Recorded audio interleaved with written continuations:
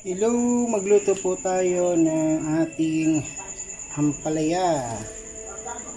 Okay, yan. May ampalaya po tayo. Then, samahan po natin ng chicken breast. Chicken breast. Meron tayong sibuyas, bawang, kamatis, and egg.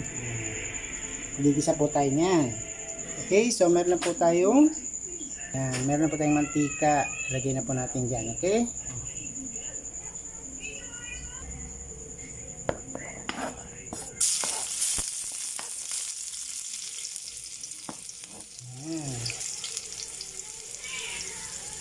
Tapos, sibuyas. Natin apoy. Lakas ang apoy.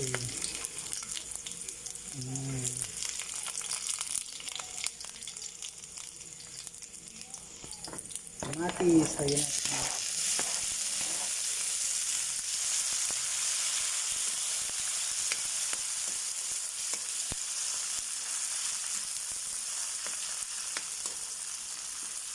Yan, ganda na natin yung stand ngayon ng camera. Siyempre, lagyan natin siya ng asin, pampalasa.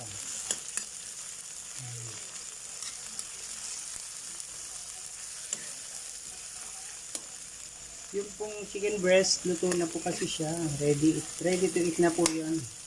Ready siya sa panlagay sa mga chicken sandwich spread. Huli na po natin yan. Yan, buksan natin niya po. Yan, okay. Tapos, lagyan na po natin ang ampalaya. Para maluto natin ang ampalaya natin. Lagyan natin ampalaya natin. Okay, yan. Yung ampalaya natin. So, 2 pieces po ito ng ampalaya. 2 pieces. Yan po natin maluto ang ampalaya.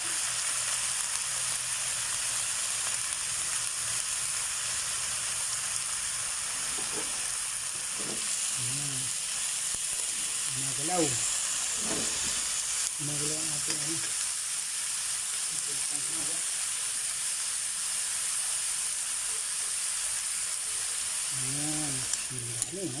Ang dami natin maluluto ngayon ang palaya. Takpan natin ito para ma-steam. Maluluto sa steam yung palaya. Kaya natin siyang lumambot. Yung lagyan muna natin siya ng pampalasang asin.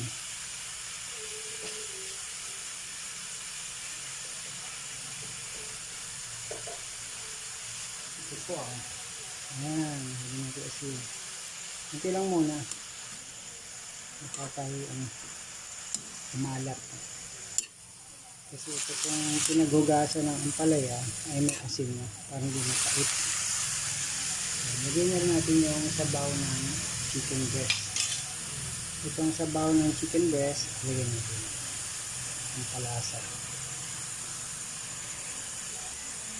Ayan. Tapos takpan natin. Takpan na natin guys para maluto yung ating ampalaya.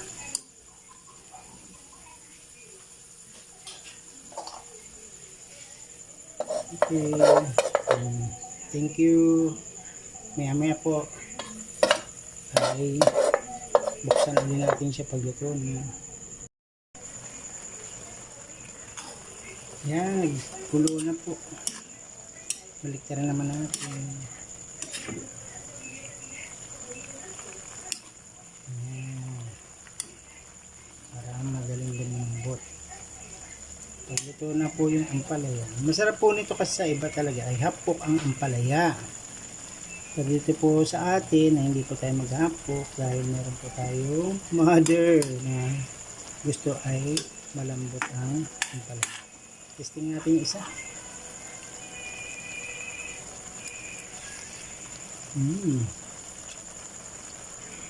Sarap. Ito na. Sige na po natin yung ating chicken breast.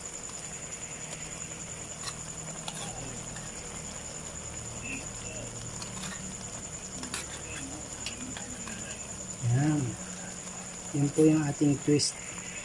Dati po wala tayong chicken breast. Ayan. Sarap. Meron po tayong chicken breast.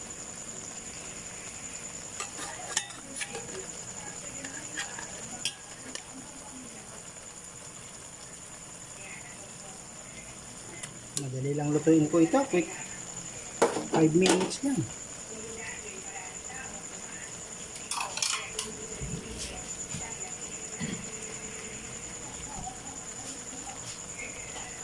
Yan, lagyan na po natin yung egg.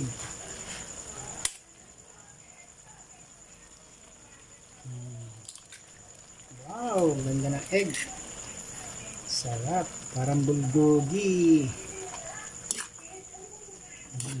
May sarsa, may sabaw. Tingnan natin ang asin, medyo kulang.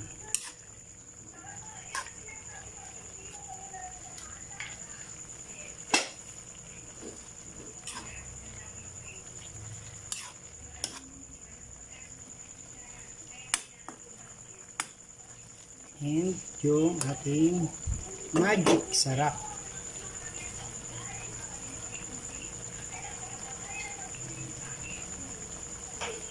More salt. Yan. Dagdag tayong more salt and magic sarap. Kunti lang magic sarap.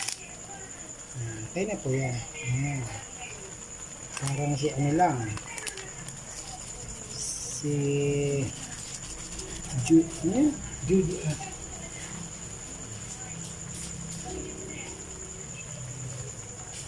Tignan natin kung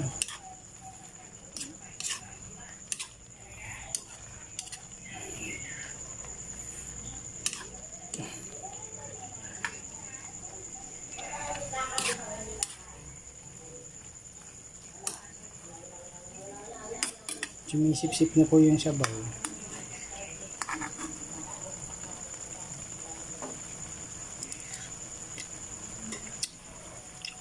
Sarap na po. Chicken breast, yan ang twist ngayon.